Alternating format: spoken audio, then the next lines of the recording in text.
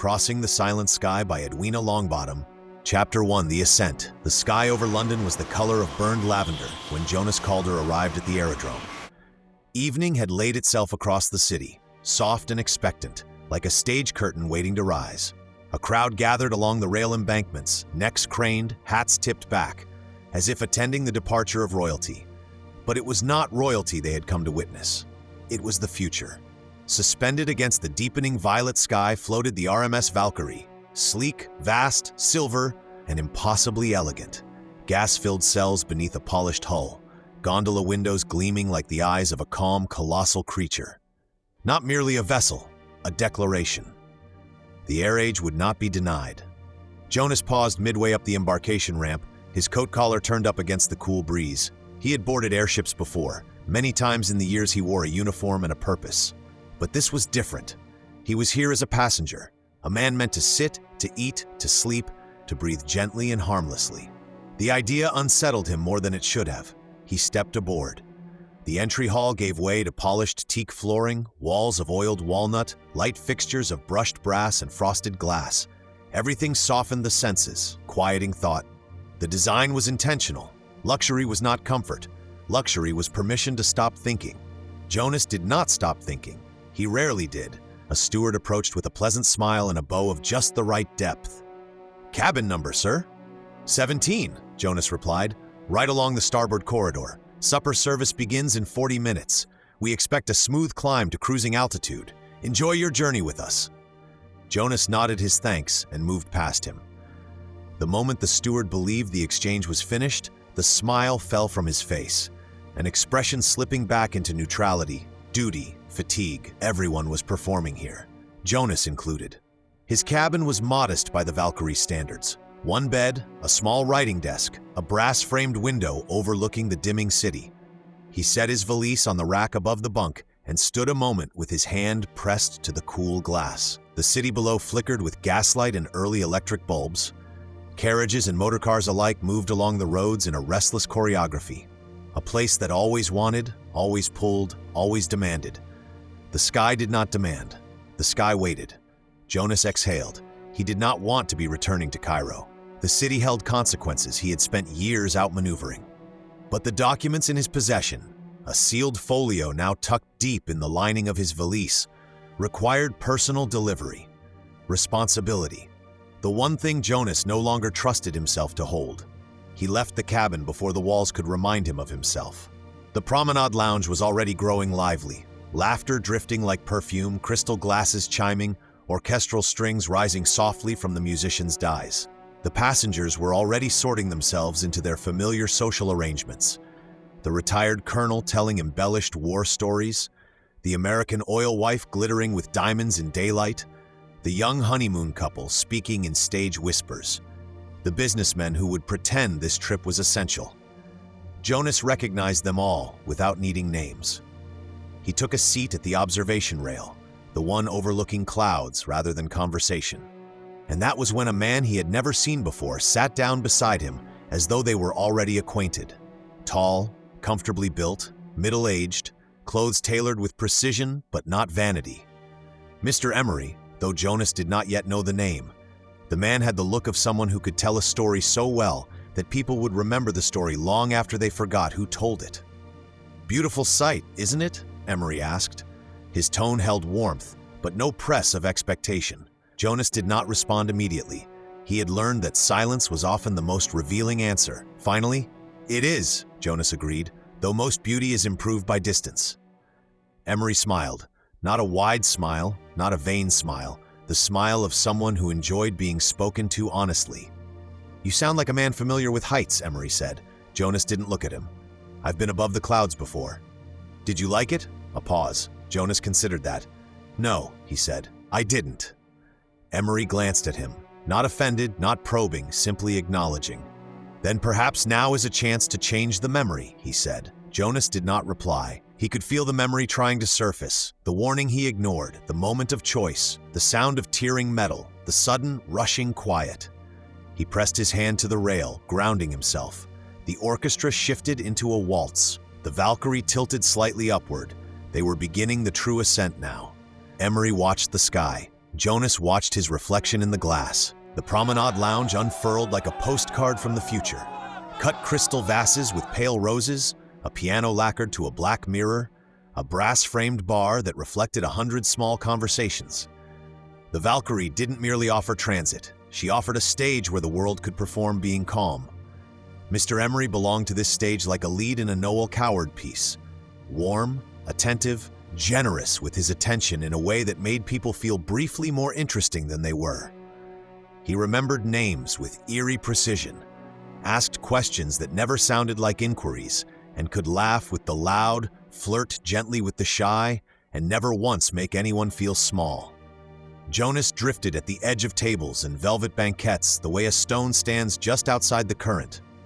He watched Emery work a circle of people, an American couple en route to Cairo for the antiquities and the gossip, a young wireless operator hitching passage to a new post, a diamond-brooched widow who announced she was quite done with men, present company accepted, and then winked at the room.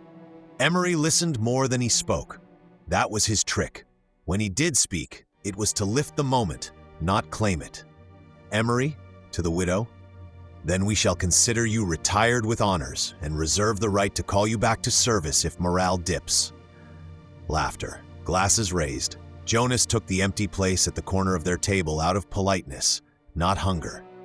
The supper appeared in careful waves, consommé so clear it reflected the chandeliers, lamb done perfectly once and never again, a lemon tart that surrendered at the touch of a fork. The orchestra found an elegant waltz, something with confidence and no urgency. Across the room, Captain Renzo Marceau entered with 2 officers, uniform crisp as ironed certainty. He was a tall man built like a boundary, with eyes that measured crowds as if they might be weather. He accepted compliments lightly, he declined invitations to sit, he spoke briefly to the pianist as one might address a tide. When he passed Emery's table, he paused, and Emery, already half standing, offered the captain a toast to safe skies and the quiet hum of competence. Captain Marceau, to both, he said, and allowed a small, unguarded smile, and to passengers who trust us even when they shouldn't. Laughter again, not nervous. The kind of laughter that happens a step away from a cliff when the view is too beautiful to be afraid. Near the bar, a nun in a dark traveling habit sat with a cup of tea and the patience of someone who has waited longer for larger things. Sister Augustine watched people the way librarians watch a reading room, gently, with cataloging kindness. Twice, Jonas caught her eyes on him.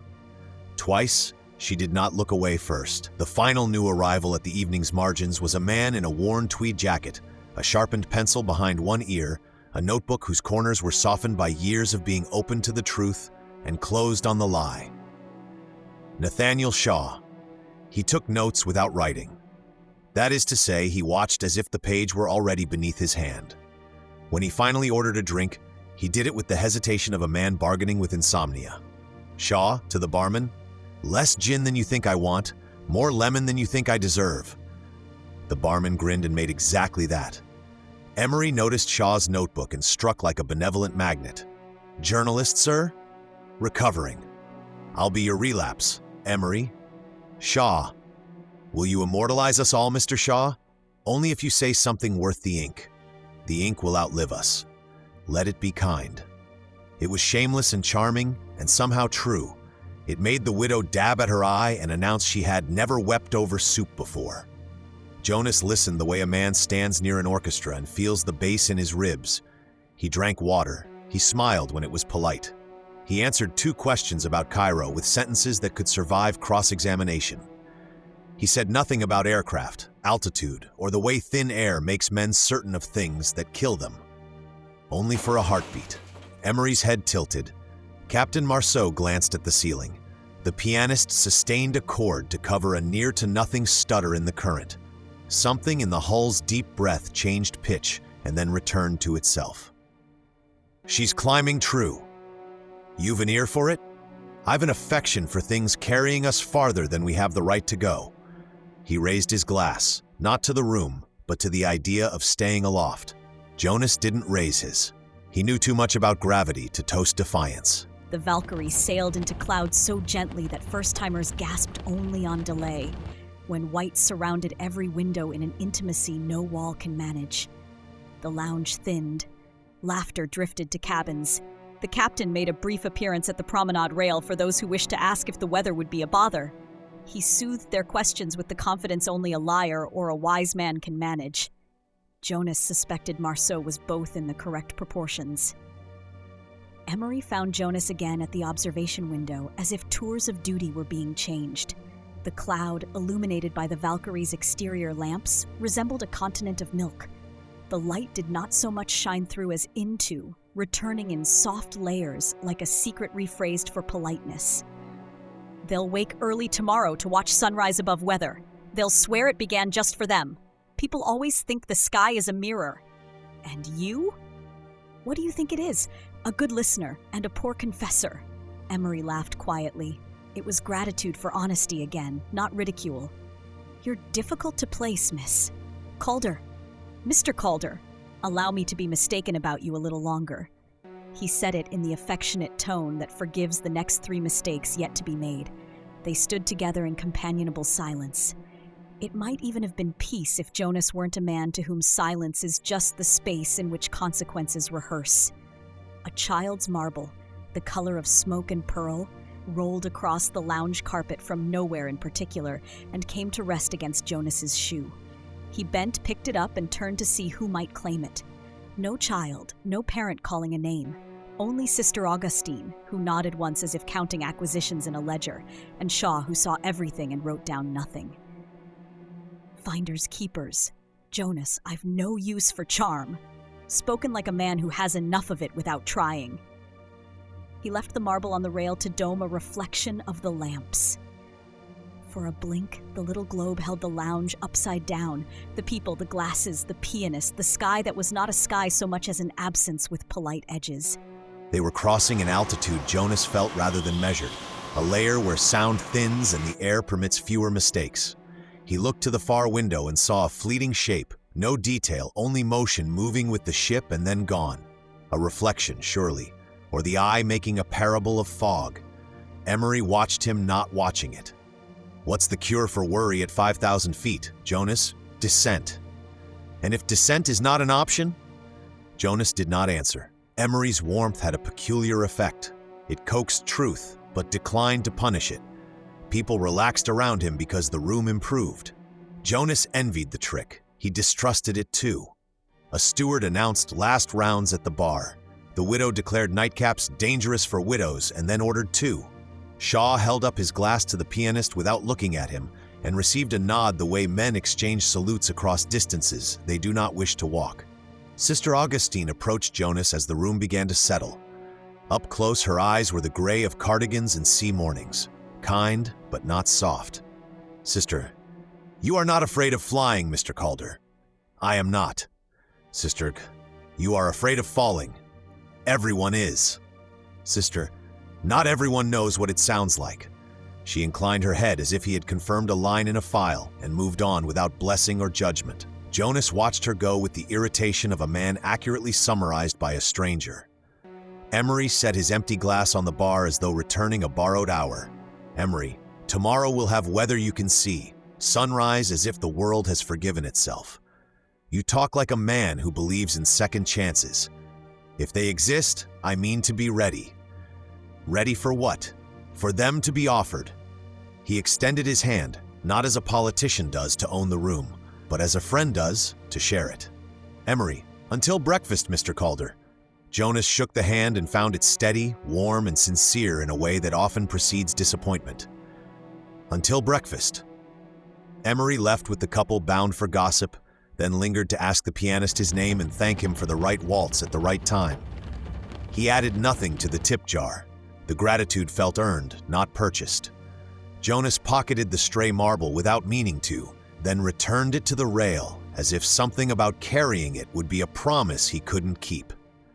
Back in cabin 17, he folded his jacket with the precision men reserve for tasks that keep thought at arm's length. He checked the seam of the valise where the sealed folio lay. He tested the latch. He tested it again. He sat on the bunk and listened to the ship speak in sighs and useful groans. The Valkyrie was a faithful machine and a liar both. She would tell you everything is fine right up until the moment it isn't. But isn't that what all beauties do? Jonas lay back without undressing, hands folded over his ribs as if holding himself to the world. He shut his eyes and counted a breath for each person he had not saved. He slept less than that. When he dreamed, it was of thin air and the sound of a warning he did not hear in time. When he woke at dawn, it was to a sky like silver paper, and a question walking the promenade in polite shoes. Has anyone seen Mr. Emery? Chapter 2, The Empty Seat. Dawn broke slowly across the upper cloud deck, a thin sheet of gold stretching itself over the drifting white expanse below. The Valkyrie did not so much fly through the sky as appear to float above it, untethered from the world she had left behind.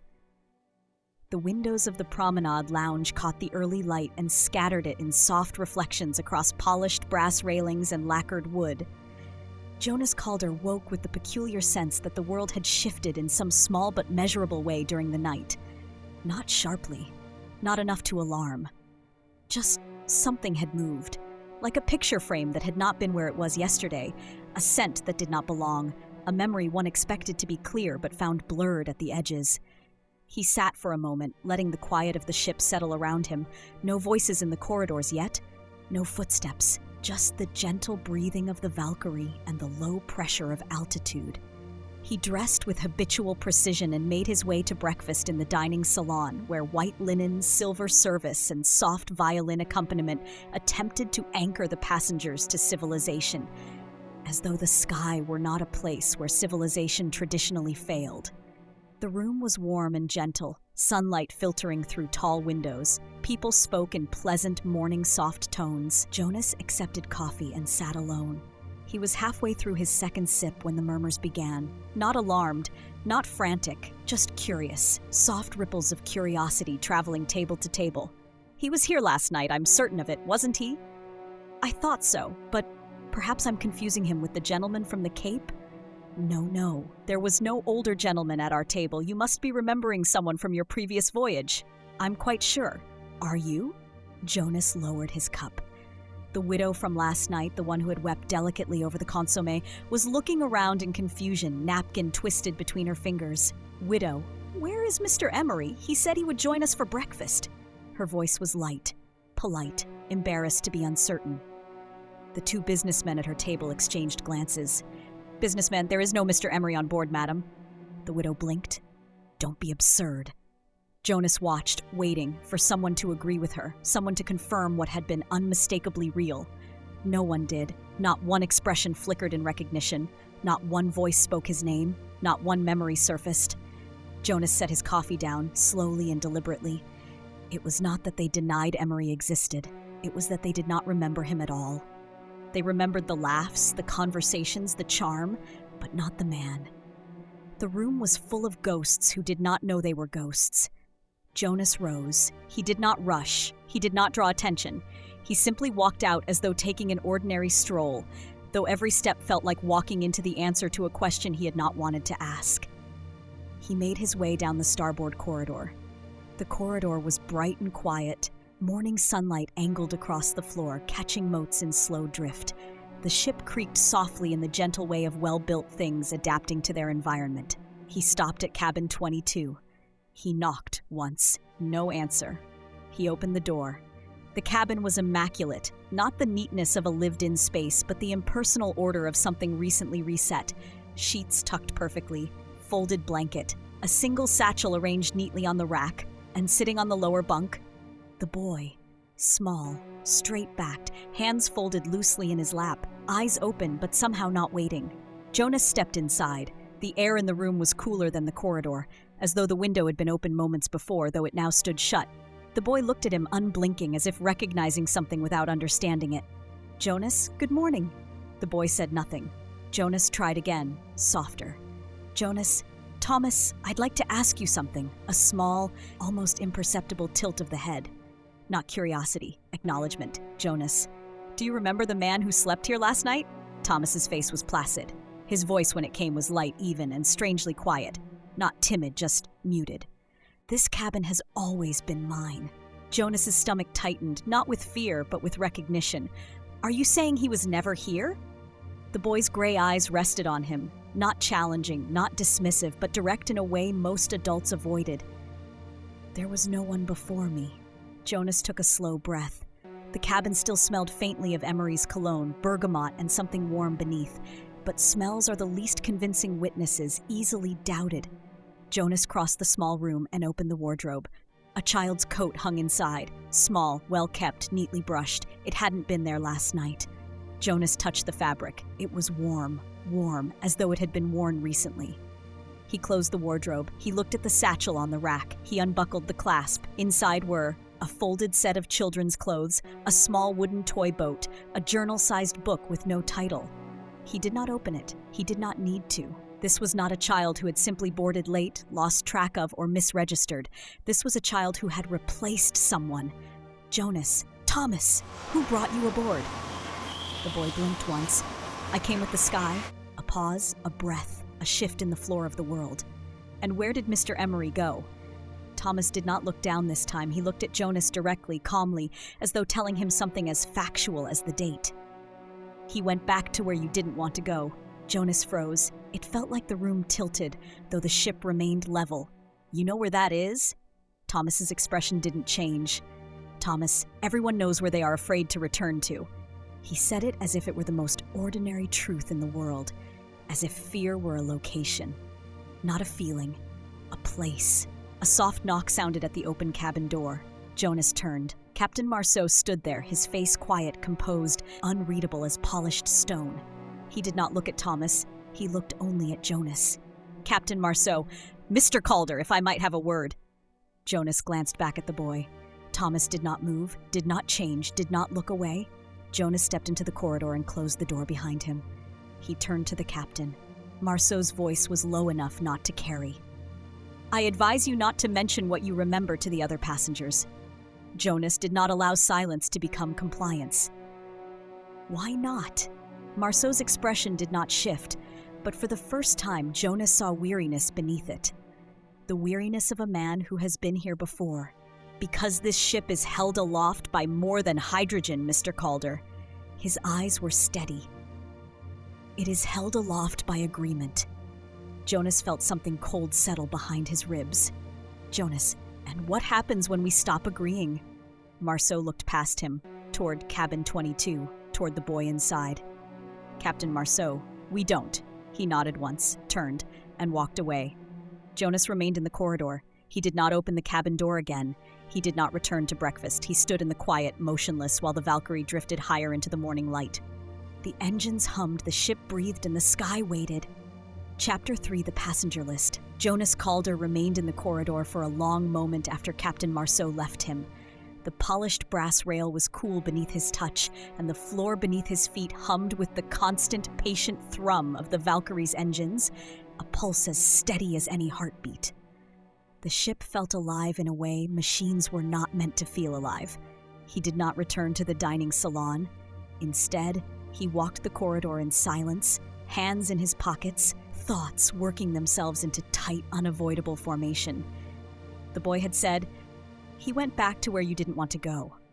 There were many places Jonas did not want to go. Only one of them was up here.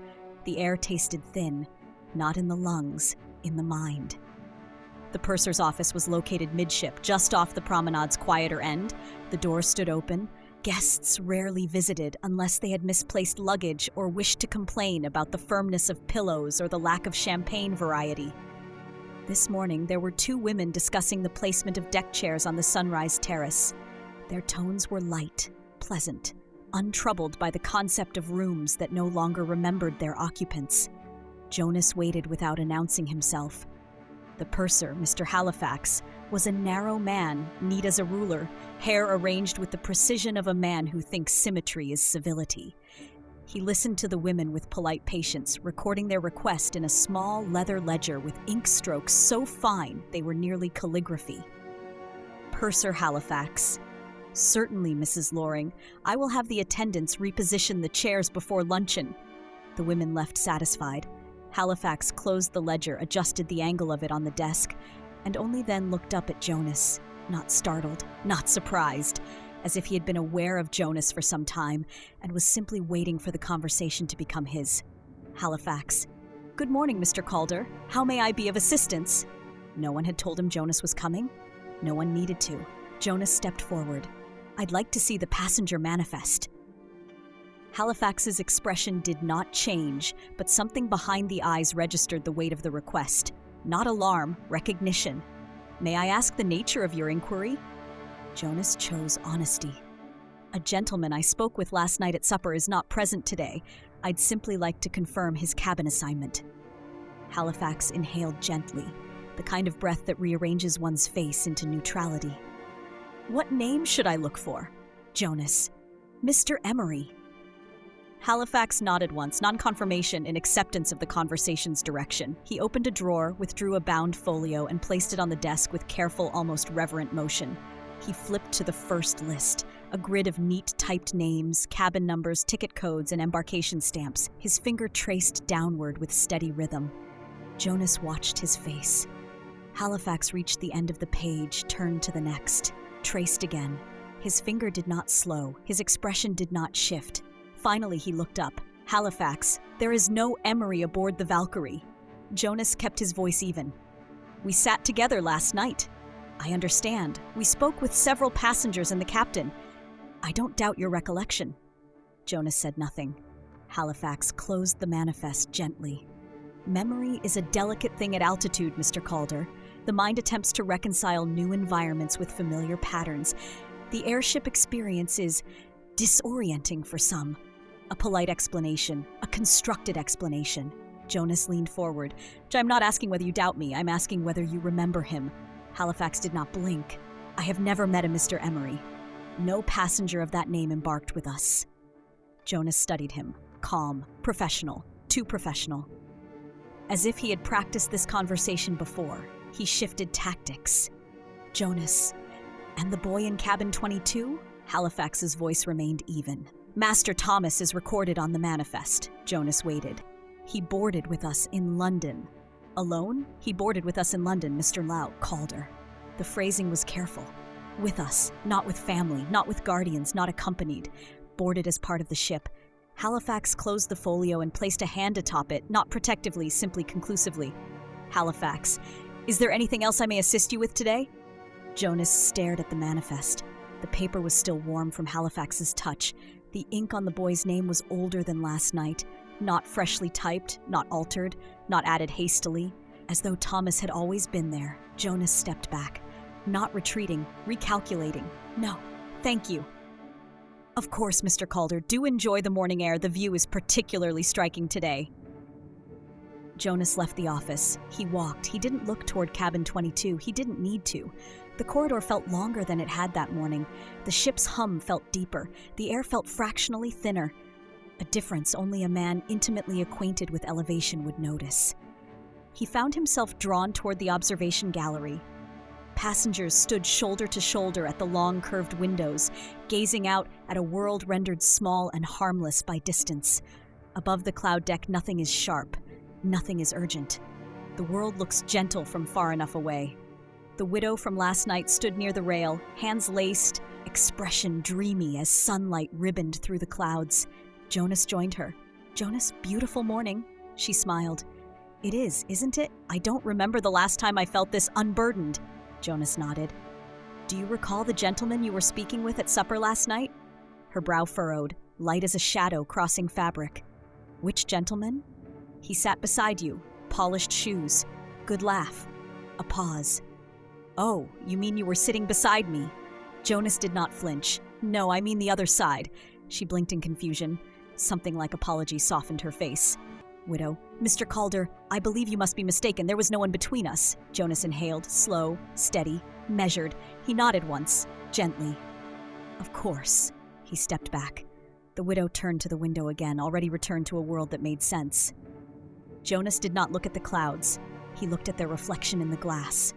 And in that reflection, for the briefest moment, he thought he saw a second Jonas, half a step behind him, not mimicking movement, delayed, as though remembering after he did.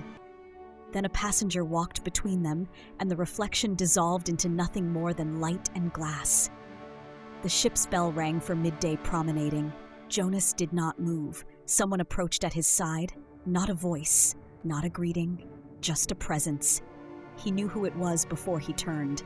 Sister Augustine. Her expression was calm, untroubled, as though she stood in churches built of air and cloud every day. You are beginning to notice. Jonas did not pretend to misunderstand. What happens to people who notice? She looked out over the white horizon. They stop asking whether something is wrong. A quiet, and begin asking how far wrong it has gone. Jonas turned to her. Jonas, how far wrong has it gone? She folded her hands. We are still ascending. Jonas's pulse tightened.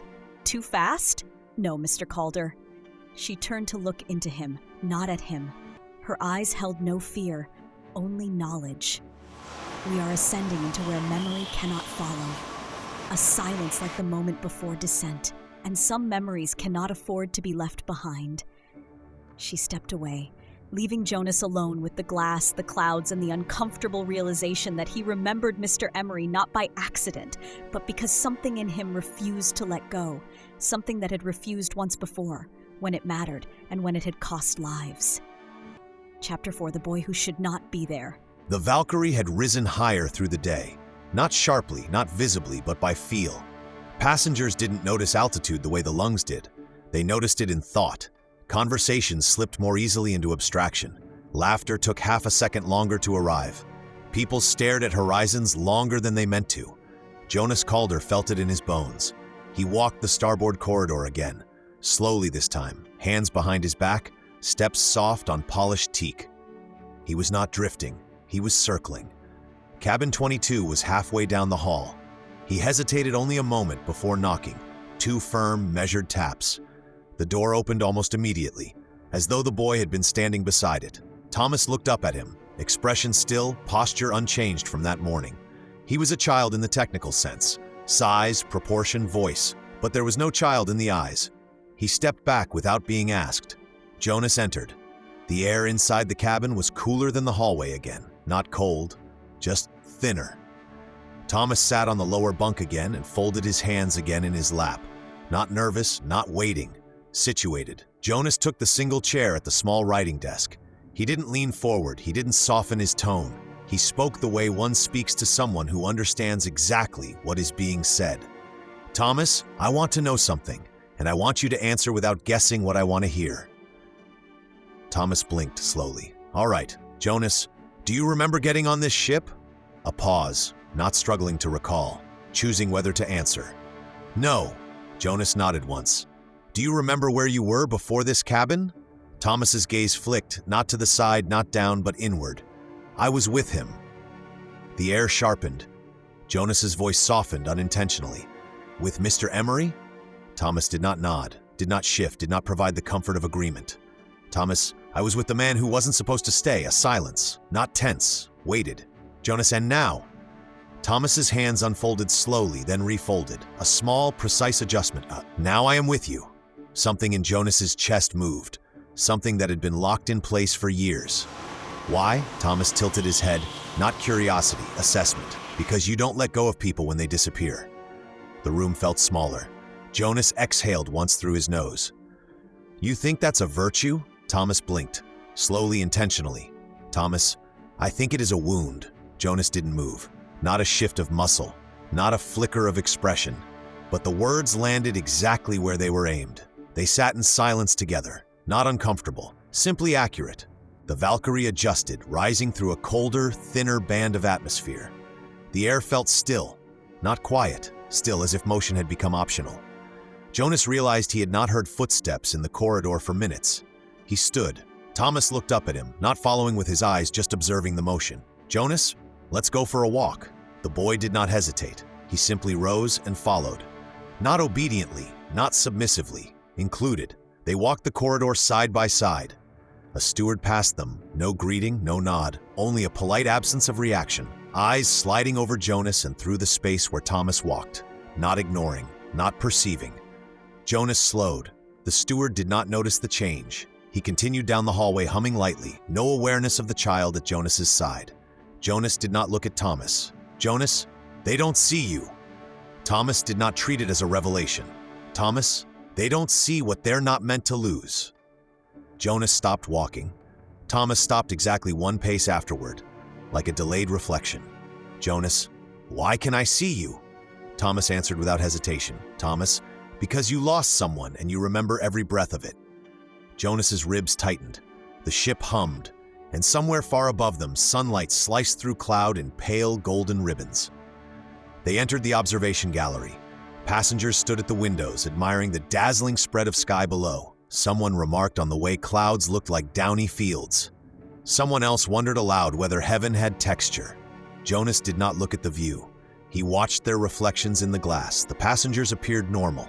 But when Thomas stepped to the glass beside Jonas, he did not appear in the reflection. Not as a figure, not as a blur, not as a child. There was nothing in the place where he stood. Just Jonas. Sunlight, cloud. Jonas exhaled, slowly. Jonas, what are you? Thomas looked at him, not offended, not hurt, just clear. Thomas, I am what is left when something goes wrong in the sky. Jonas felt the air thin again. Not physically, in thought. Jonas, something is going wrong now. Thomas nodded, not grim, not aware, accepting.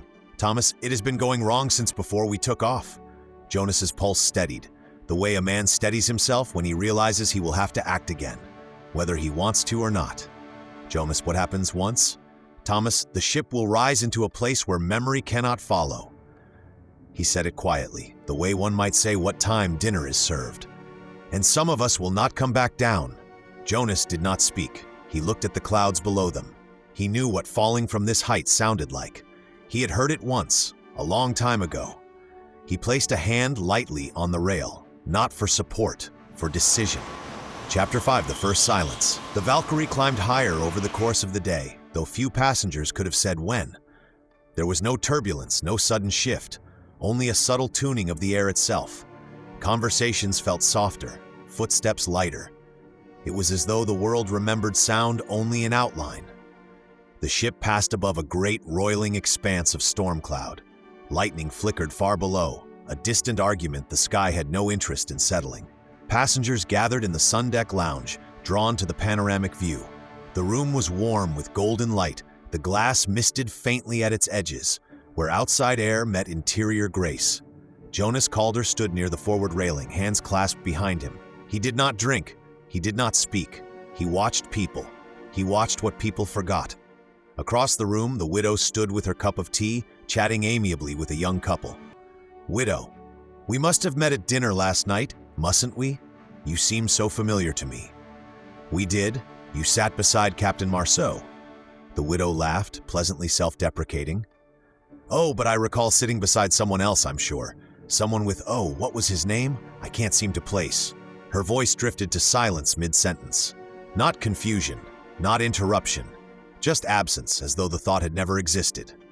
The young couple didn't notice. They continued speaking lightly about Cairo hotels and the novelty of airship bathwater. The widow smiled, polite as always, but her eyes were empty where memory had been. Jonas felt the shift inside the room, a quiet snap, as if a thread had been plucked from the tapestry of the world and neatly removed. No one reacted. No one except Jonas and the nun. Sister Augustine stood 3 paces behind him, hands folded loosely, eyes on the clouds. She said nothing. She did not need to. She had noticed too. A soft bell chimed. Afternoon promenade. Passengers began to move toward the upper viewing walkway, the one enclosed in glass like a greenhouse of sky. Their voices drifted upward like scattered petals. Jonas did not follow. He stayed in the lounge. Only when the room had nearly emptied did he turn to Sister Augustine. Jonas, how many times has this happened? She did not answer immediately. She watched a single cloud drifting past the window with a kind of gentle evaluation. As many times as the Valkyrie has made this journey. Jonas considered that. How many times is that? Sister Augustine exhaled. A soft thing. Too few to learn from. Too many to call coincidence. She looked at him then. Not directly, but truly. Sister Augustine, you are not losing your memory, Mr. Calder. You are remembering too well. Jonas's jaw tightened, not in anger, but in recognition. Because I know what it feels like to lose someone. No, because you know what it feels like to pretend you didn't. A silence. Jonas's breath was steady, controlled, but his fingers closed around the railing with deliberate tension.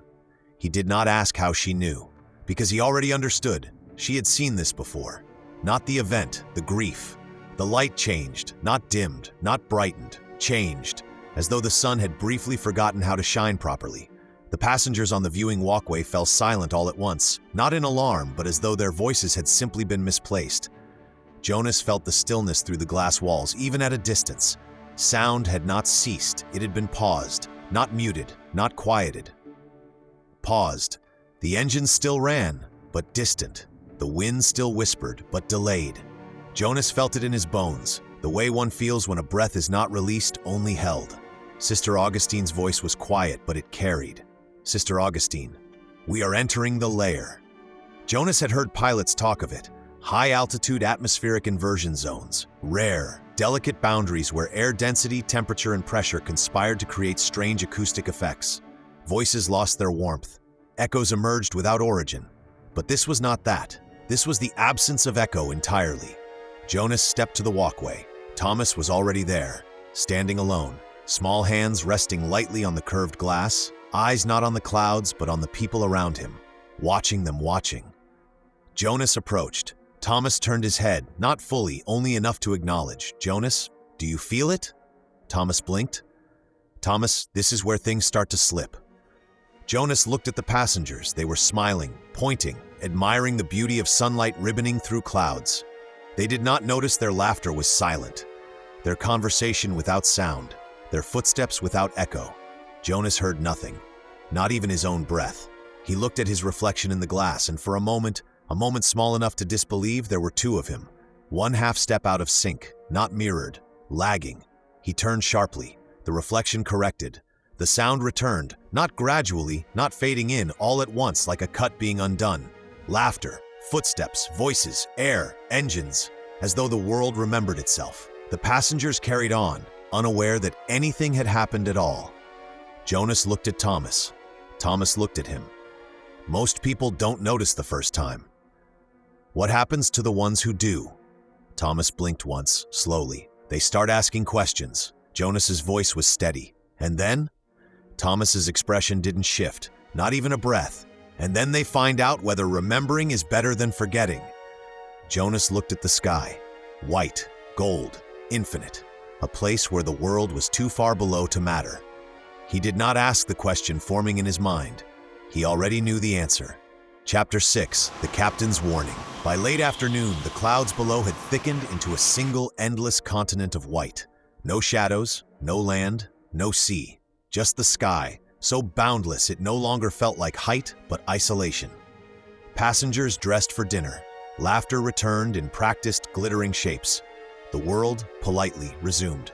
Jonas Calder waited until the promenade had emptied to its edges and then walked the narrow stairway leading to the officer's deck, where passengers were not meant to go. The door to the navigation salon was open a fraction, enough to hear voices. Captain Renzo Marceau speaking low. His voice carried the weight of a man who had once believed completely in the reliability of the world, and no longer did. We stay on course, no corrections, no altitude adjustments. First officer, sir, the barometric variance is... Marceau, no corrections. Paper rustled. Instruments clicked. Someone swallowed hard. Jonas stepped inside. The officers looked up. One startled, one annoyed, one carefully blank. Captain Marceau did not turn. Marceau, gentlemen, you are excused. They left without protest. The door shut. Only then did the captain speak. You shouldn't be here, Mr. Calder. Jonas, then tell me why I came. Silence, still, heavy, entirely intentional.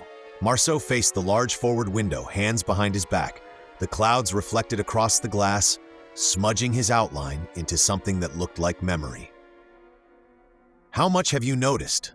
Jonas did not soften the truth. Jonas, a passenger vanished. A boy replaced him. No one remembers the man but me. The boy is not reflected in glass, and the ship crossed through silence that should not exist. Marceau closed his eyes briefly. Then we are already too high. Jonas stepped beside him at the window. Below them, the clouds glowed softly in the dying gold of sunset.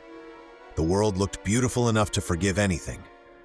Jonas, what is happening to this ship? Marceau's expression did not change, but his voice did. Something old entered it, something he had pushed down for a long time. This is not the first time the Valkyrie has crossed this way. He let the words settle. Jonas waited. 6 months ago, on the Cairo-London return, we passed through an upper atmospheric shear, a convergence of thermal layers and electromagnetic refracting currents. Harmless, so the engineer said. He paused. People began to forget one another. Jonas felt his jaw tighten. First spouses, then friends, then themselves. He turned to look Jonas in the eyes. There was nothing theatrical in him, only exhaustion that had calcified into discipline. Memory is anchored by the world we know, by gravity, by place, by the simple shared agreement of reality. At this altitude, that agreement weakens.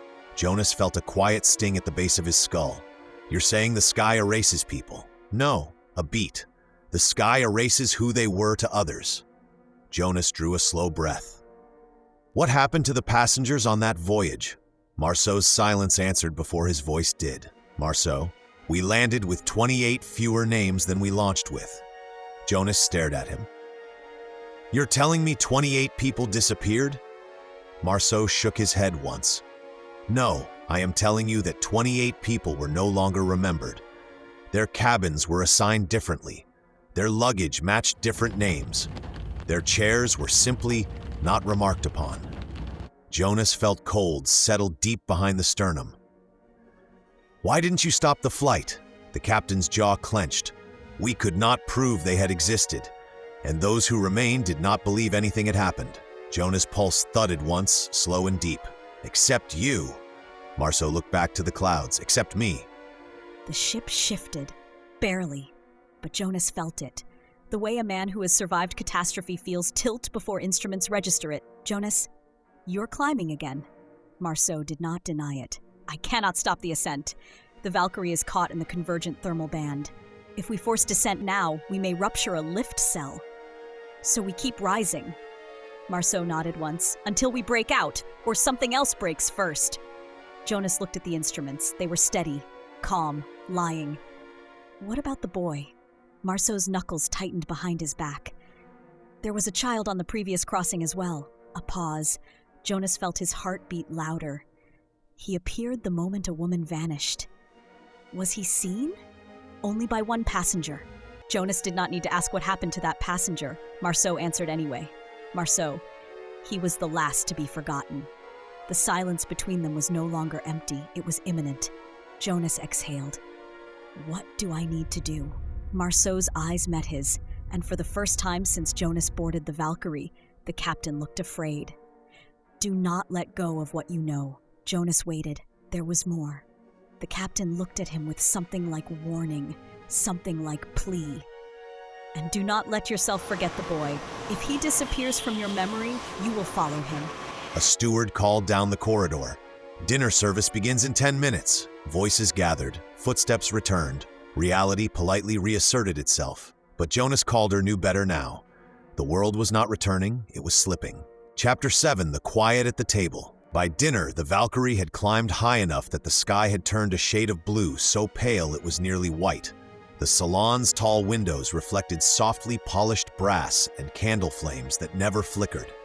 The air felt dense and light at the same time, like the moment before a thought, not after. Jonas Calder entered last. He did not intend to sit among the others, but the steward guided him by habit to a long table set for 12. The guests arranged themselves automatically into the seating patterns they believed they had chosen. Sister Augustine sat 2 seats to Jonas's left. Nathaniel Shaw sat across from him, notebook closed but present, like an extra heartbeat. The widow took her place beside Shaw, hands folded, expression pleasant, composed. 2 businessmen seated themselves to Jonas's right, discussing oil futures as though the world they traded in were not already impossibly far below. No one asked where Mr. Emery was, not because they had forgotten something, because the memory had been replaced. A steward poured wine. The quartet played something light, something meant to encourage conversation without requiring it. And then the widow began to speak, softly, warmly. Widow, I was just recalling a story someone told me once, about a man who... She stopped. Not abruptly, not confused, simply empty, as if the sentence had dissolved in the air before it left her mouth. Her smile remained, pleasant, intact. Her eyes, however, had gone somewhere else entirely. Jonas watched her closely. Jonas, go on. The widow blinked, the kind of blink that resets the world. Widow, I'm sorry, what was I saying? The table smiled politely. Someone made a gentle joke about wine and short attention spans. Everyone laughed, light, careful, perfectly normal. Jonas did not laugh. He felt the silence inside the laughter, the space where memory had once been. The first course arrived. Clear soup, golden broth, herbs floating like restrained confetti. The businessman spoke of fuel lines in Persia. The honeymoon couple discussed Cairo markets. Two older gentlemen debated the future of transatlantic mail. Their words were real. Their connection to their words was not. It was like watching actors perform lines in a play where none of them remembered rehearsing. Nathaniel Shaw finally broke the surface tension. Shaw, is anyone else hearing the delay? His voice was casual, too casual. Jonas met his eyes across the table. Sister Augustine lowered her fork with slow, deliberate grace. The businessman did not look up. The widow smiled as though nothing had been said at all. The honeymoon couple continued speaking exactly where they had left off, despite Shaw's interruption. Shaw waited. No one acknowledged him. He nodded once. Understood. Jonas leaned slightly across the table. Not enough to draw attention, just enough for Shaw to hear him. Jonas, when did you first notice? Shaw didn't look at him. His fingers tapped once against the stem of his glass. Shaw, just now? But I think that's a lie. I think I've been noticing since we woke. Jonas nodded once. Jonas, do you remember Mr. Emery? Sister Augustine did not turn her head, but her eyes sharpened, a fractional shift like a shutter opening. Shaw exhaled, very slowly. Yes, which means we are already in trouble. Jonas did not ask how he knew. There was no point in asking questions about things one could feel. The second silence of the evening came without ceremony. The quartet played, bows moving, strings vibrating, fingers shifting with practiced precision. But there was no sound, not dulled sound, not distant sound, no sound. The room became visually noisy and acoustically dead, like watching a dance underwater. The widow lifted her spoon to her lips and smiled warmly at the conversation she believed she was hearing. A man laughed silently at a joke no sound carried. Shaw's eyes widened, not in fear but in recognition. Sister Augustine folded her hands. Jonas looked toward the window, and there, in the reflection, he saw himself again, a half step behind, delayed, not mirrored, lagging, as though memory were catching up to reality, not the reverse. The sound returned, all at once, like a room inhaling. No one reacted. Not one person acknowledged the missing seconds. No one, except Jonas Shaw, Sister Augustine, and Thomas. The boy stood in the archway of the dining salon, hands loosely at his sides, watching the room with the calmness of someone observing a clock winding down. No one looked at him. No one turned their head. No one reacted to the presence of a child standing silently in the doorway. Except Jonas. Except Shaw.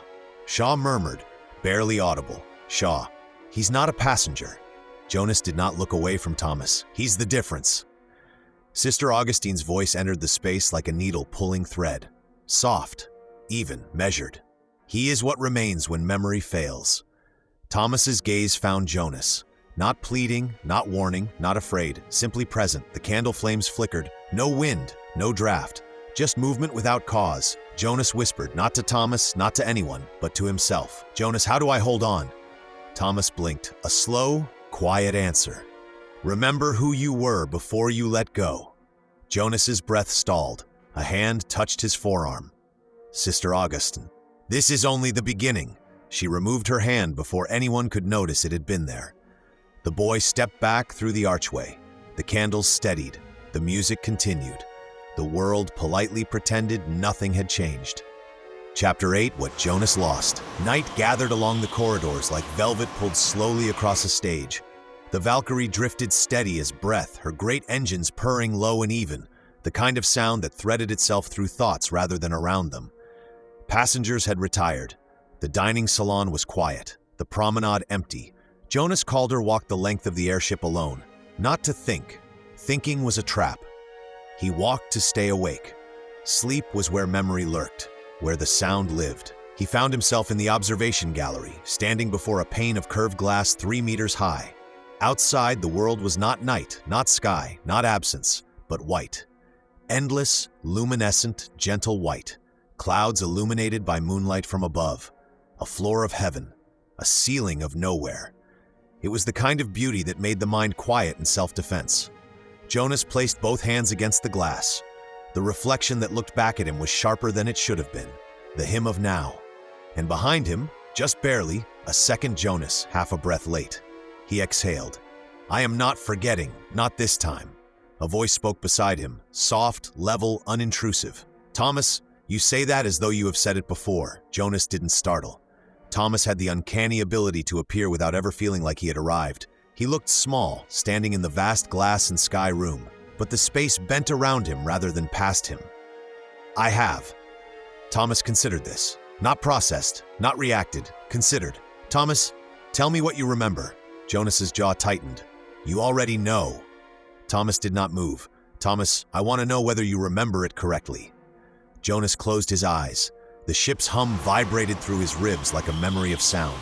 Not here. Then he had been younger, not in years, in certainty. A high-altitude test craft, two-person ascent capsule. He and Mikhail, the junior engineer, the one who noticed the vibration first, the one who warned him. "Jonas, listen." That's not the stabilizer, it's the intake pressure. Jonas hadn't listened, not because he doubted him, because Jonas had believed he knew better. He had been so sure, so damnably certain. Altitude does that, it makes the sky feel like certainty itself. Then, the sound, the wrong sound, a sudden snap of metal shearing under force, air rushing, pressure dropping. Mikhail's voice, not afraid, just calling Jonas's name. Jonas reached for the valve. Too slow, too late. The capsule spun, light and dark, sky and earth, up and down until up was simply the last direction the world existed. The last thing he saw was Mikhail's hand reaching toward him. Not to save himself, to steady Jonas. And Jonas reached for the emergency harness release, to save himself. Not them, not both, just himself. The fall wasn't the worst part. The silence afterward was. Jonas didn't realize he had leaned his forehead against the glass. His breath fogged the pain. Thomas stood beside him, expression untouched by judgment. "You have been holding on to that moment for a long time." Jonas didn't look at him. "It was my fault." Thomas didn't nod, didn't soothe, didn't contradict. He simply agreed with the structure of the statement. "Thomas, you made a choice, and part of you has been living in that choice ever since." Jonas closed his eyes. "If I forget it, if I let it go, then I become the kind of man who could do it again." Thomas's face softened, not into sympathy, into understanding. Jonas exhaled, slow, measured. "So I cannot let go." Thomas looked out at the glowing white horizon. "Then you are the only one on this ship who cannot be unmade by altitude." Jonas opened his eyes. "Is that why I still see you?" Thomas blinked, a single slow nod. "You remember what loss sounds like in the air." Jonas's heartbeat steadied, not calmer, more decisive. "Jonas, then what happens now?" Thomas turned toward him, very slightly, just enough that Jonas could see something like sorrow in the boy's eyes. "Now we find out who else is going to disappear." Jonas understood, without question, that Thomas was not warning him. He was preparing him. Someone screamed. Not long, not dramatic, just one sharp cry cut short from the upper promenade. Jonas was already moving. Thomas did not need to follow. He was already there. Chapter 9, The Shape on the Hull. Jonas took the stairs two at a time. The cry had come from the upper promenade walkway, the glass-arched corridor that curved along the top of the Valkyrie like a greenhouse suspended in endless air. Passengers gathered there, crowding the rail, murmuring, whispering. Not panicked, not alarmed, just confused. Confusion was always the first symptom. Jonas pushed through gently, not forcing space, just moving with the certainty of someone who belongs where he is going. At the center of the walkway stood a young woman in a saffron-colored wrap, the wife from the honeymoon couple. Her hands were pressed to her mouth. She stared at the far end of the promenade, where her husband had been standing, where he was not anymore. Her voice was thin, trying to remember itself. "Young woman, he was here, he was just here. He had my scarf, he said." Her words dissolved, not emotionally, literally. Her mouth moved, no sound, not even silence, just absence. Jonas reached her and spoke quietly, not comforting, not soothing, anchoring. "Jonas, what was his name?" Her eyes flicked to his, desperate, hungry for the answer, the way drowning hands seek rope, but she did not know. Her face collapsed inward, not crying, failing. I can't remember." Her hand shook. Jonas placed his hand over hers, a grounding touch, nothing more. Sister Augustine arrived beside them. No haste, no surprise. She placed one hand between the young woman's shoulders, fingers light, steady. Breathe. The young woman inhaled. Unsteady, broken, recovering. And then she let go. The grief left her face like smoke leaving a chimney. Her expression softened into calm emptiness, serene, untouched, whole again without cost, except for the memory of her husband, which was gone. Jonas stepped away. His chest ached, not with panic, but with the memory of a moment that had once reshaped his life. The moment the world asks if something happened, and you cannot prove it even to yourself. He walked to the forward end of the promenade. Passengers whispered behind him, not about disappearance, about the weather, the soup at dinner, the cost of silk in Alexandria. Memory was dissolving like ink in water. But Jonas's memory held, because Jonas had already lost something once and refused to let it go.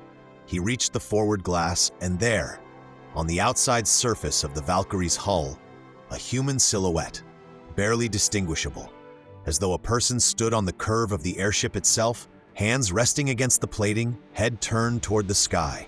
Not clinging, not falling, simply standing. Jonas's breath did not change. Only his vision narrowed, sharpened, focused. He did not blink. He did not question. He simply saw. Footsteps approached beside him. Shaw. The journalist's voice was low, dry, steady, the voice of a man who has realized the truth and understands the cost of saying it aloud. You see it?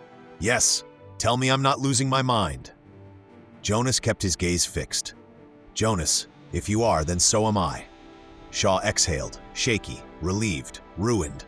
Then at least we're not alone. Sister Augustine stepped to their side. Her eyes settled on the silhouette. She did not flinch. They always appear just before the next forgetting. Jonas's pulse tightened. That's not a reflection.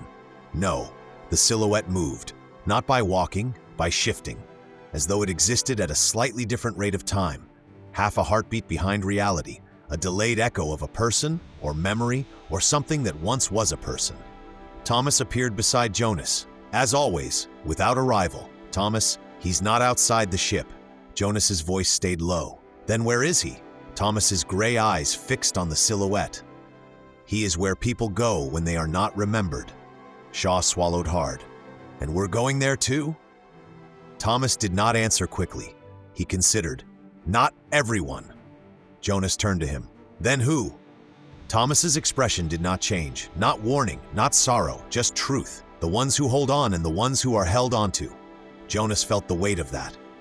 It settled differently than fear. It settled like responsibility, like the moment before a choice. The silhouette on the hull shifted again. For one impossible second, Jonas recognized the posture, the angle of the head, the way the shoulder rested. It was the honeymoon husband, the man who had been standing in the walkway minutes ago, not falling, not erased, just becoming something remembered by no one.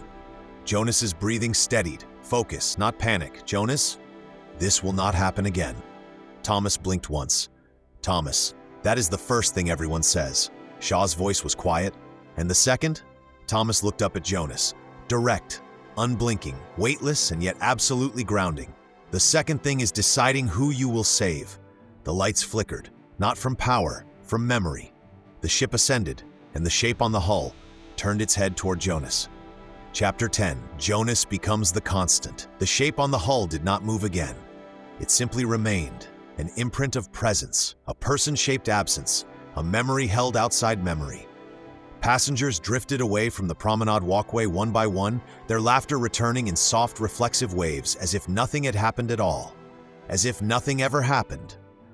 But Jonas Calder knew better. Sister Augustine and Nathaniel Shaw remained beside him for a time, all three watching the sky through glass. None of them spoke. There was nothing to say that could be said in language. Some truths were pressure systems. They shifted the air, not the mind. Eventually, Sister Augustine touched Jonas's sleeve, not to get his attention, but to return some part of him to his body. Sister Augustine, come. She led them toward the Reading Salon, a smaller chamber paneled in dark walnut and amber lamp glow. A single oil painting of the Valkyrie in ascent hung over the mantel, its silver hull gliding into a sky identical to the one outside. The painting had been commissioned before the ship's maiden flight. It did not show the layer they were now crossing. Shaw sank into one of the leather chairs, running a hand down his face like a man trying to wipe the impossible off his skin. Shaw, We are witnessing memory collapse in real time. Purposeful collapse. Jonas. Not purposeful. Phenomenal. Shaw. Meaning? Jonas stood, hands resting lightly on the back of a chair. Meaning the sky is not doing this to us. The sky simply doesn't care to hold us together. Sister Augustine nodded, the faintest smile of tragic agreement. Reality requires witnesses to stay real, and up here there are fewer witnesses than you think. Shaw stared at her. Then why are we still able to see it? Why us? Jonas did not speak. Thomas answered. He had appeared, not suddenly, but inevitably, standing near the bookcases, hands behind him in a posture too formal for a child. Because you have not forgiven yourselves. Silence, a deep one. The kind that has teeth. Shaw swallowed. Forgiveness keeps people in the world? Thomas shook his head. Thomas, no, memory does. But forgiveness decides whether memory holds or slips. Jonas felt the words land in him like pins pressed into a map. Sister Augustine turned to Jonas directly now, her voice gentle but firm enough to cut. You remember loss accurately. That is what makes you different. Jonas said nothing, but he knew. Thomas stepped closer to him, close enough that a normal child would have invaded personal space, but Thomas did not feel like a body. He felt like a presence.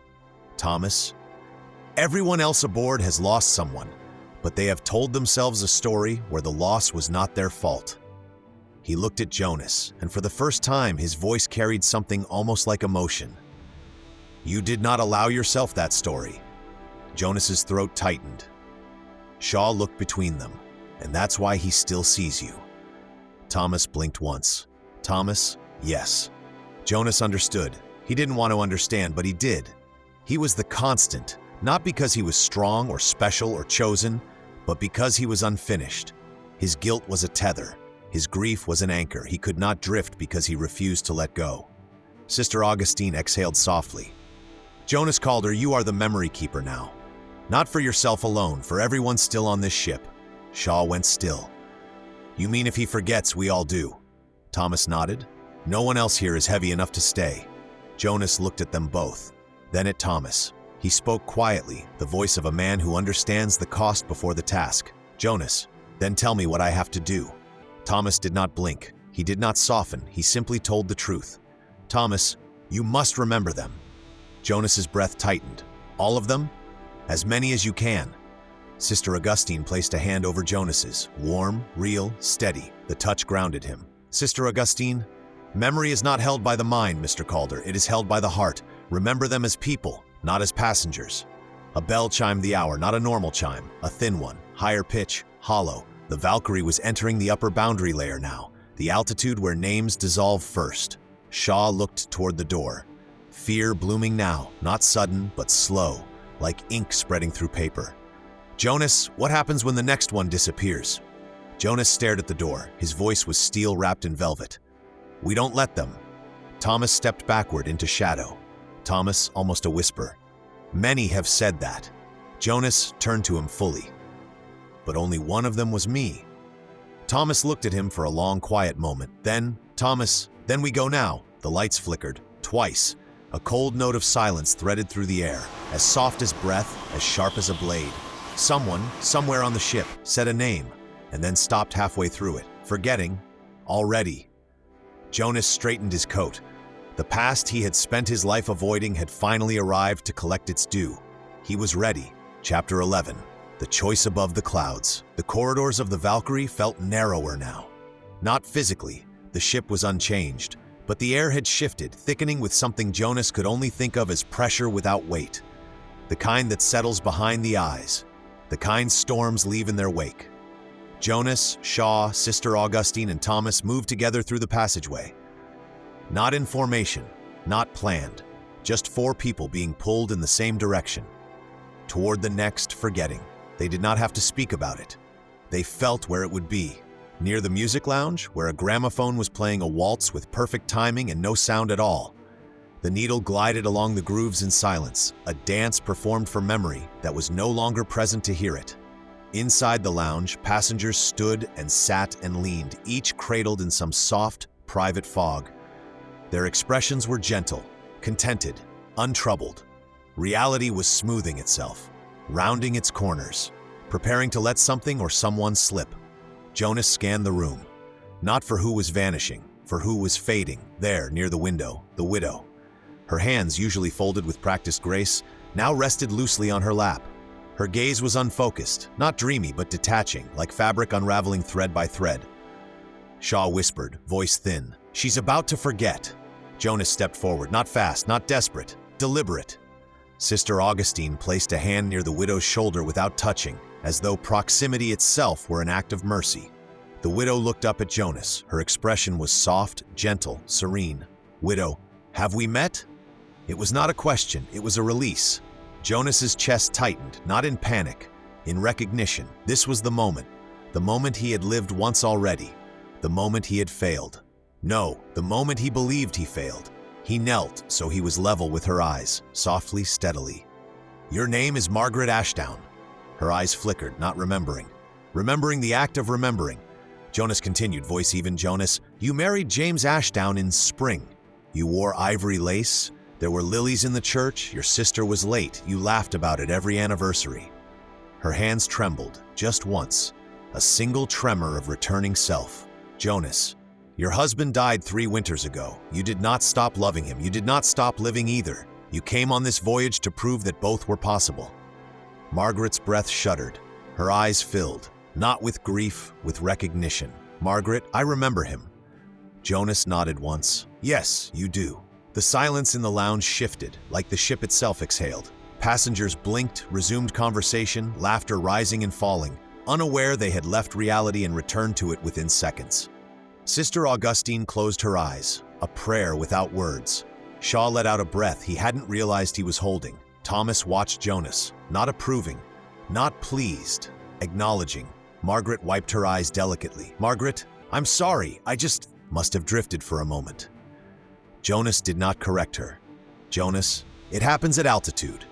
She smiled softly and returned to her tea.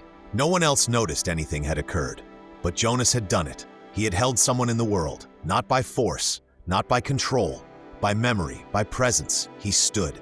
Shaw turned to him. "How did you know what to say?" Jonas looked at Margaret for a long moment. When he answered, his voice was quiet, "Because I have been the one who was almost forgotten." Thomas's voice slid into the space, not echoing, not intruding, simply true. "Thomas, and now you understand your role." Jonas turned to him. "Say it." Thomas met his eyes. For the first time, something like gravity entered his expression. Not emotion exactly, understanding, acceptance. "You are the anchor," Jonas called her. "The Valkyrie will not remember her passengers unless you do." The words did not feel heavy. They felt accurate. Jonas nodded once, slow, iron settling into place. "Then I will remember them." Shaw exhaled, relief and dread mixed in equal measure. Sister Augustine bowed her head, not in submission, but in recognition of someone who had accepted what was already theirs. Thomas looked toward the far window, where the silhouette still lingered on the hull. "Thomas, we will have to choose again, soon." Jonas didn't look yet. He knew. "And next time?" Thomas answered without hesitation. "Thomas, next time the ship will try to take someone you care about." Shaw stiffened. Sister Augustine's breath caught. Jonas did not react. He simply lifted his eyes and looked at his reflection in the glass. There was no lag now, no delayed shadow, just him, steady, present, remembering. Chapter 12, The Descent of the Silent Sky. Night pressed against the panoramic windows like a great black tide.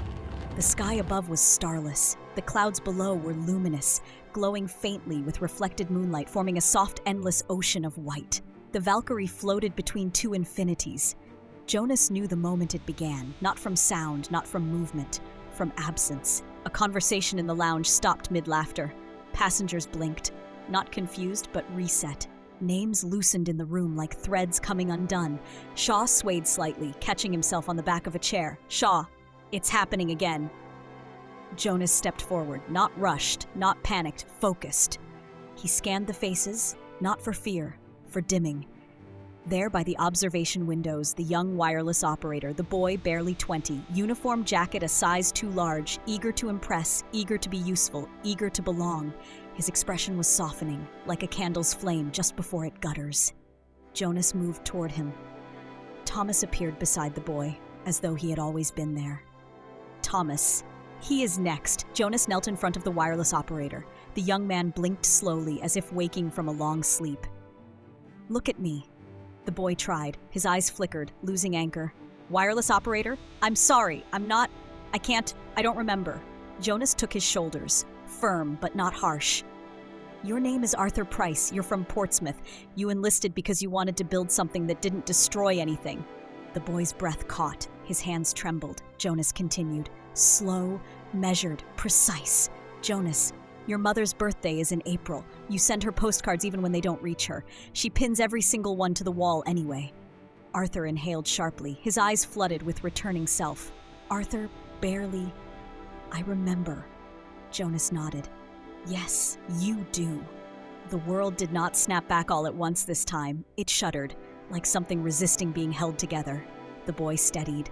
The lounge returned to polite reality. Passengers resumed their quiet evening conversations, unaware anything had been saved. But Thomas did not step back. He stayed beside Arthur, watching Jonas. Thomas, there will be another. Jonas stood. His legs felt heavy, but his stance was steady. Then we'll save them too. Thomas blinked once. Not agreement, not denial, recognition. Thomas, but it won't be someone you barely know next time. Jonas exhaled. I know. Footsteps sounded behind them. Sister Augustine. Her expression was calm, painfully so. She looked at Jonas with the softness of someone who has already accepted something he has not. Sister Augustine, it will be me. Shaw flinched. No? Jonas did not look away from her. It doesn't have to be. Yes, Jonas, it does. She stepped closer, not fragile, unburdened. I have made peace with the world. You have not. Memory holds to unfinished things. Let me go. Jonas shook his head. Not denial. Refusal. I won't. I didn't hold on once. I will not let go again. Her eyes warmed, the first true warmth in the entire story. That is why you cannot save me. Thomas's voice entered, not cold, not triumphant, inevitable. Thomas, if you hold on to everyone, you will drown. Jonas's hands curled into fists at his sides. Then tell me which ones to save. Thomas met his gaze. This time, his expression changed. For the first time, there was sadness in it. The ones who are still becoming. Sister Augustine smiled. It was a beautiful smile. Genuine, peaceful, complete. She laid her hand on Jonas's cheek. You already know who those are. Anna's breath shook. I don't want to let you go. I know. She lowered her hand, stepped back, and in the time it took Jonas to blink, she was no longer there. Not gone violently, not erased abruptly, just not present. Like a word forgotten in a sentence. The lounge did not react. The passengers did not stir. Shaw swallowed a sob and covered his mouth. Arthur stood very still, understanding something without words. Jonas looked at the space where she had been. His voice broke once. Never again. Jonas, I remember you. And the world held, just for him, just long enough. Thomas watched him, eyes bright with something solemn and quiet. Then she is not lost. Jonas closed his eyes. No, she is carried. The Valkyrie began to descend, slow, graceful, as though granted permission. The world below returned, the clouds parted, and Jonas Calder stood in the center of the ship, steady, breathing, anchored, not unbroken, never unbroken, but whole enough to hold others. Epilogue, the landing that wasn't the same. The Valkyrie descended through the morning haze as gently as a feather drifting to a tabletop. Her silver hull gleamed in the early light, immaculate, dignified, unchanged. As though nothing had happened. As though she had never hung in a sky that reshaped memory. Ground crews moved with well-practiced grace, anchoring mooring lines, engaging platforms, guiding her to a perfect, elegant landing. Passengers gathered their luggage, hats, coats, souvenirs. They chatted about Cairo and weather and comfortable cabins. No one spoke of disappearances. No one recalled anyone who was not here. Except Jonas. He stood near the disembarkation ramp, coat folded over his arm, eyes steady. Shaw stood beside him, notebook clutched under one arm, though he hadn't written a single word since the silence began. Arthur, the wireless operator, waited just behind them, hands in pockets, shoulders squared with new weight. They were not together. But they were not apart. Crewmen lowered the final gangway. The captain appeared briefly at the upper rail, looking outward, not downward. His eyes scanned the sky the way one looks for something that used to be there. Jonas knew better than to interrupt a man holding a private truth in place. He simply nodded once. Marceau nodded back. the gesture of two men who had shared something that could not be spoken. Passengers left in a gentle stream. Margaret Ashdown stepped out into the sun, lifting her face as though rejoining the world after a long winter. She did not look for anyone beside her. She did not need to. She had carried him as Jonas had carried her. Their eyes met briefly. A shared understanding passed between them. Not drama, not recognition, just grace. At the base of the ramp, beside a stack of luggage, stood Thomas, exactly as he had first appeared, small, still, hands folded loosely at his sides. But now he was looking up at Jonas. Not through him, not past him, at him. Jonas stepped forward, slowly, evenly. "Jonas, this is where we part." Thomas nodded. "For now." Jonas looked at him, really looked. Not as a mystery, not as a symbol, as a child who never had the chance to be one. "Will I remember you?" Thomas's head tilted, very slightly, in genuine thought. "Then, Thomas, you will remember that there are things worth remembering." It was the closest thing to a smile the boy had ever given. Soft, human. Jonas's voice was quiet. "Goodbye, Thomas." Thomas blinked once. "Thomas, goodbye, Jonas." He turned, walked toward no one, and was simply no longer there. No vanishing, no erasure, just absence. The same kind of absence that follows in the wake of a completed moment. Shaw exhaled. "Will anyone ever believe us?" Jonas adjusted his coat, not as armor, as acceptance. "Jonas, it doesn't matter if they believe us." Shaw waited. Jonas looked up into the sky. The clouds were harmless now, just clouds. "What matters is that we remember." Arthur said nothing, but he nodded. Not in understanding, in agreement. Jonas stepped forward. The world felt heavier underfoot, not burdened, grounded, held. He did not look back. Because you only look back when you're still trying to hold on. And Jonas Calder was no longer clinging to memory. He was carrying it. End of Book 1. Crossing the Silent Sky. Thank you for listening. Please subscribe, ring the bell, and tell your friends about my listening library.